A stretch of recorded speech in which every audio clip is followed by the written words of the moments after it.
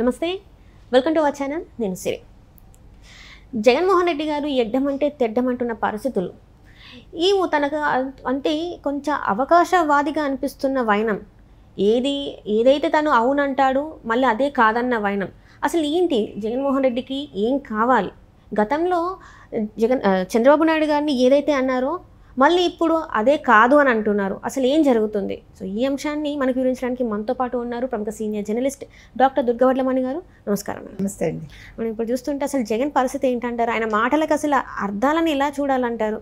చంద్రబాబు నాయుడు గారిని ప్రతిపక్షం లేకుండా చేస్తా అన్న వ్యక్తి మనం చూసాం ఎలా మాట్లాడారు ఏంటి అనేది. ఇప్పుడు మరి తనకి ప్రతిపక్షం కావాలని కోర్టు మెట్లు కూడా ఎక్కిన వైనం. అసలు ఏంటంటారు? మరి ఈయన పరిస్థితి ఏంటి? అసలు నిజంగానే షర్మిల గారు చెప్పినట్టు మరి మెంటల్గా ఏమైనా డిస్టర్బ్ అయిపోయారా? ఏంటి అసలు? షర్మిల గారు జగన్మోహన్ రెడ్డిని చాలా సరిగ్గా అసెస్మెంట్ చేశారు. ఆవిడ మీరు చెప్పినట్టుగా నీకేదో అంటే తేడాగా ఉంది, నువ్వు మానసికంగా ఏదో రోగంతో బాధపడుతున్నావు అన్నట్టుగా ఆవిడ మాట్లాడారు. అందులో సందేహం లేదండి. ఎందుకంటే మనం గత 5 ఏళ్ళు చూసుకున్నా, ఈ 55 రోజులు చూసుకున్నా, జగన్మోహన్ రెడ్డి వ్యవహార శైలి చూసామంటే ఆయన అంతు చిక్కడు ఎవడికి.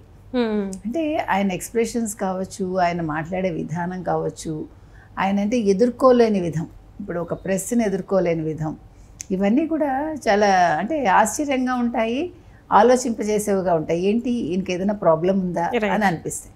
అంటే మన ధర్నా అప్పుడు కూడా చూసాం. మనం ఆయన ఒక విలేకరి అడుగుతున్న ప్రశ్నలకి ఆయన దాటేసి వెళ్ళిపోయడం జరిగింది.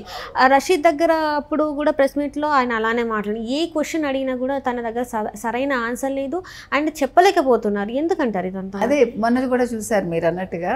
ఆ రోజు అడుగుతుంటే ఆకలేస్తుంది, ఆయన టైం అయిపోయింది, లంచ్ టైం అయిపోయింది. అసలు ఒక ముఖ్యమంత్రి అట్లా మాట్లాడతాడమ్మా, నువ్వు ప్రజల మనిషివి, నువ్వు ప్రజల కోసం ఉన్నానంటావు, పేదవాళ్ళ మనిషిని అంటావు, మరి నువ్వేం చేయాలి? తిండి మానేసి నువ్వు సమాధానం ఇవ్వాలి. నీకు తిండి ముఖ్యమా, అక్కడ బదులు ఇవ్వటం ముఖ్యమా నువ్వు ప్రజల కోసం ఉన్నప్పుడు? అంటే ఎట్లా బిహేవ్ చేస్తాడు ఆయన, సంథింగ్ రాంగ్ విత్ జగన్ అనేది మనకి తేటతెల్లమవుతుంది. మీరు మొత్తం అసలు 2019 నుంచి 24 వరకు అంతకుముందు ఏం చెప్పాడో మనకు తెలియదు, కానీ ప్రజలకి మాత్రం నరకం చూపించాడు. బటన్లు నొక్కుతాడు, చెప్పింది చెయ్యడు, డబ్బులు ఇస్తానంటాడు, సగం సగం ఇస్తాడు. ఏది కూడా ఇప్పుడు శాసనమండలిలో అందరూ దద్దమ్మలు అంటాడు, మళ్ళా సభ్యులకి ఇచ్చాడు కదా, శాసనమండలిలో పదవులు ఇచ్చాడు కదా. ఎందుకో చెప్తున్నామంటే అందులో ఉన్న వాళ్ళు చదువుకున్న వాళ్ళు ఉంటారు, అంటే ఎడ్యుకేటెడ్ వాళ్ళకి, ఇంజనీర్స్ కావచ్చు, డాక్టర్స్ కావచ్చు, ఉపాధ్యాయులు కావచ్చు, అలాంటి వాళ్ళకి ఇస్తారు. అదే అంటే ఎమ్మెల్సీలు అంటేనే ఏదైనా ఒకటి గ్రాడ్యుయేట్ అయిన వాళ్ళకి మినిమం గ్రాడ్యుయేషన్ ఉంటుంది వాళ్ళకి, they or maybe highly qualified also ఉంటారు. అంటే మీరు కనుక చూసారంటే ఒక వీడియో మన మధ్యన చూసాం, నేను చదువుకున్నాను అన్నింట్లో ఫస్ట్ అని జగన్ చెప్తూ ఉంటాడు చూడండి. అప్పుడు కింద కౌంటర్గా రాజశేఖర్ రెడ్డి కొడుకు గురించి చెప్పినవన్నీ ఉంటాయి, మా వాటి 10th కూడా సరిగా రాయలేదు, అవంతా చెప్తాడు ఆయన. ఆ వీడియో ఒకటి వైరల్ అయింది మీరు చూస్తే కనుక. అంటే ఈయన చదువుకున్నవాడు కాదు, చదువుకున్నవాడు ఈయన. రైట్. అంటే సర్టిఫికేట్స్ని కొన్నారంటారా? సర్టిఫికేట్స్ కాదు, ఈయన తరఫున ఎవరో 10th ఎగ్జామ్స్ రాశారంటారు. అది మనం చెప్పలేదు, రాజశేఖర్ రెడ్డి చెప్పారంటారు. 10th క్లాస్లో ఈయన రాయలేదు పరీక్షలు, పేరుకి గొప్ప స్కూల్లో చదువుకున్నాడు ఆయన, కానీ రాసింది ఈయన కాదు అంటారు. అంటే అన్నీ కూడా అమర్చి పెట్టారు. మీకు అర్థమైందా? ఇప్పుడు ఆయనకి జీవితం అంతా కూడా తండ్రి అమర్చి పెట్టాడు అట్లా, మొత్తం ఏ కష్టం లేకుండా మొత్తం పూల పాన్ప మీద ఆయన లైఫ్ ఉన్నట్టు. ఇప్పుడు కూడా అలా నడవాలనుకుంటున్నాడు. అది ఏదైనా కూడా ఆయన ఇప్పుడు ప్రతిపక్షంలో, అప్పుడు ప్రతిపక్షం అంటే చంద్రబాబు నాయుడు కూటమి కావచ్చు, వాళ్ళు ఏదైనా చెప్పారనుకోండి, ఈయన దానికి కాదు అంటాడు. ఈయన చెప్పిన దాన్ని ఈయన మళ్ళీ కాంట్రడిక్ట్ చేసుకుంటాడు. రైట్. ఇవాళ ఒకటి చెప్తాడు, రేపు మళ్ళీ తనే కాంట్రడిక్ట్ చేసుకుని అది కాదు ఇది అంటాడు. అంటే జగన్మోహన్ రెడ్డిని అలాగని తెలివి తక్కువవాడా అంటే తెలివైన వాడే. ఎలాంటి తెలివి? అతి తెలివి. మామూలుగా తెలివితేటలు పనికిరావు. అంటే ఒక సజావుగా ఒక రాష్ట్రాన్ని నడపటం అనేది ఆయనకు తెలియదు. ఆయనకు తెలిసినదంతా కూడా దోచుకోవటం, దాచుకోవటం, ఇంతే మనకు తెలుసు. ఇప్పుడు ఒక్కొక్క శాఖ మనం తీసుకుంటే మనం చెప్తున్నవన్నీ ఖచ్చితంగా అలాగే జరుగుతున్నాయి. మీరు చూసారా?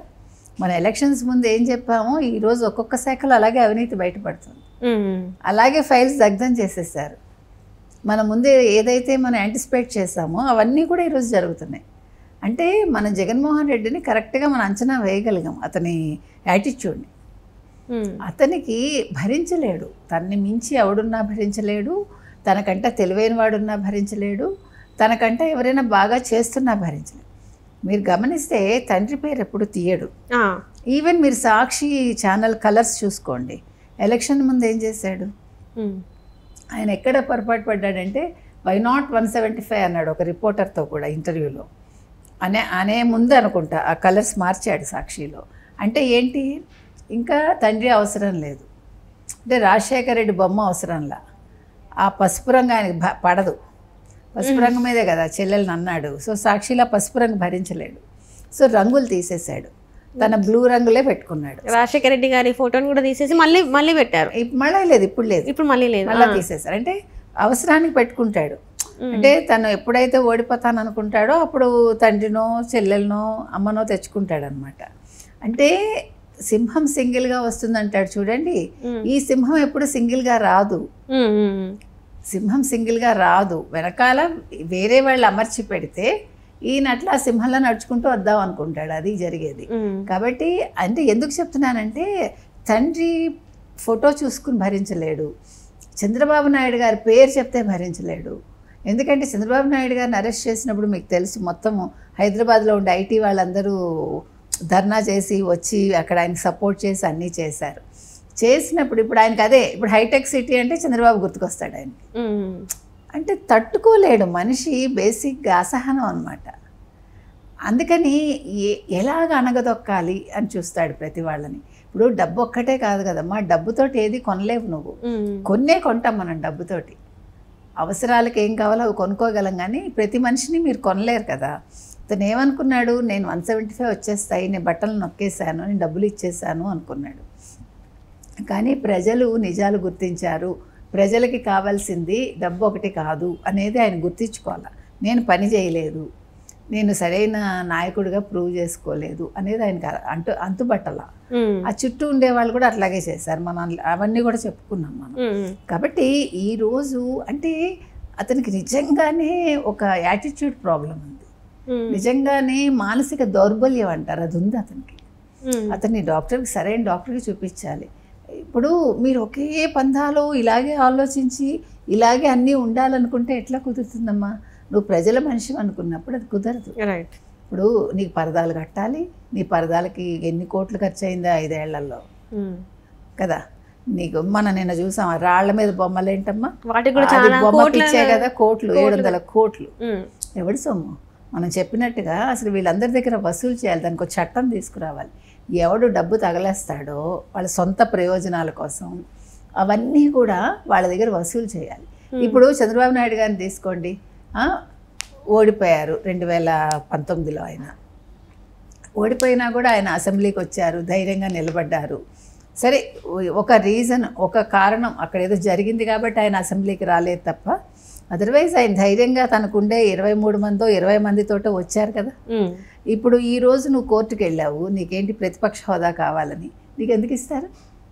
నువ్వే కదా చెప్పావు, మీ దగ్గర నుంచి ఒక 23, అప్పుడు మీ దగ్గర నుంచి ఒక 7 తీసేసుకున్నాను అనుకోండి, మీకు ప్రతిపక్ష హోదా ఉండదు అన్నాడు. అంటే 18 ఉండాలి ప్రతిపక్ష హోదాకని తెలుసున్న వాడివి నువ్వు ఇవాళ కోర్టుకి ఎందుకు వెళ్ళావు అంటే, ప్రజల దగ్గర నేను మీకోసం నేను పోరాడాను, నేను మీ తరఫున మాట్లాడటానికి నేను ప్రతిపక్ష హోదా అడిగాను అని చెప్పుకోవటానికి. ఇప్పుడు కూడా మాట్లాడచ్చు కదా. అంటే రాలేడు, ఎదుర్కోలేడు. ఇన్ని శ్వేతపత్రాలు వచ్చాయి, సమాధానం ఇవ్వగలడా? కౌంటర్కి ఒకదాన్ని కూడా కౌంటర్ ఇవ్వలేకపోయాడు. ఏమిస్తాడు? అన్ని తప్పులు అక్కడ చేసినవన్నీ, అవినీతి, అక్రమాలు, దౌర్జన్యాలు, ఏం చెప్తాడు? ఇప్పుడు ఆ విషయంలో జనసేనకు ఒక సీట్ రాలేదు, జనసేన పోరాడింది కదా, బీజేపీ కూడా పోరాడింది కదా. అసలు తెలుగుదేశం చెప్పక్కర్లేదు, చంద్రబాబు నాయుడు గారి గురించి మనం కొత్తగా చెప్పక్కర్లే. లోకేష్ పోరాడారు కదా, లోకేష్కి అడుగడుగున ఆటంకాలు కలిగించిన పోరాడారు కదా. అంటే తేడా చెప్తున్నాం. జగన్మోహన్ రెడ్డి అనేవాడు వితండవాది, మొండివాడు, మాట వినడు, మూర్ఖుడు ఫైనల్గా, అంతే. Right madam.